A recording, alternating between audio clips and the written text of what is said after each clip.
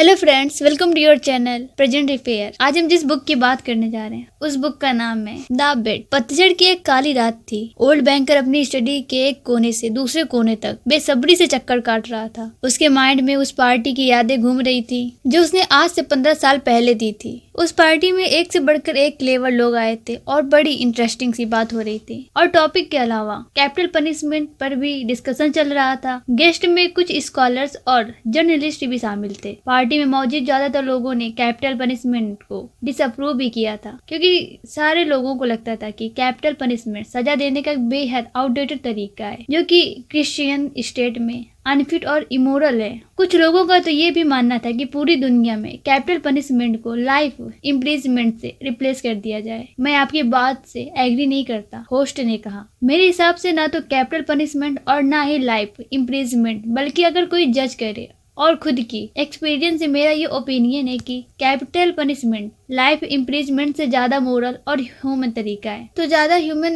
Execution कौन सा हुआ, जो आपको एक झटके में मार दे, या वो जो तड़पा तड़पा कर आपकी जान ले, वो भी सालों तक? दोनों ही तरीके एक जैसे इमोरल हैं, एक गेस्ट बोला, क्योंकि दोनों का पर्पस सेम है, इंसान की जान लेना। स्टेट कोई गॉड नहीं है जो लोगों की जान लेता फिरे। जो चीज ये दे नहीं सकता वो ले कैसे सकता है। इस ग्रुप में एक 25 साल का यंग लॉयर भी था। जब उसका ओपिनियन पूछा गया तो वो बोला कैपिटल पनिशमेंट और लाइफ इम्प्रिजमेंट दोनों ही इमोरल हैं, लेकिन अगर मुझे किसी एक को चूज करना पड़े तो मैं सर्टेनली सेकंड वाले को ही चूज करूंगा। जिंदा रहना मर जाने से लाख गुना बेटर है। वहाँ इस टॉपिक पर एक लवली डिस्कशन चल पड़ा। बैंकर जो तब यंग और ज्यादा नर्वस था, अचानक उसने अपना टेम्पर खो दिया। जोर से टेबल पर मुक्का मारते हुए वो यंग लायर की तरफ मुड़ा और उस पर चिल्लाया, ये झूठ है। मैं तुमसे 2 मिलियन की बेट लगाता हूँ कि तुम जेल में मुश्किल से 5 साल से भी ज्यादा नहीं टिकोगे। अगर बात इतनी सीरियस है तो ठीक है, मैं भी बेट लगाता हूँ कि मैं 5 नहीं बल्कि 15 साल जेल में गुजार सकता हूँ। 15 साल? ओके डन, बैंकर जोर से बोला। जेंटलमैन, मैं 2 मिलियन की शर्त लगाता हूँ। मैं एग्री हूँ, तुम 2 मिलियन दांव पे लगा रहे हो और मैं अपनी फ्रीडम, लॉयर ने कहा। और इस तरह बहस की गर्मा गर्मी में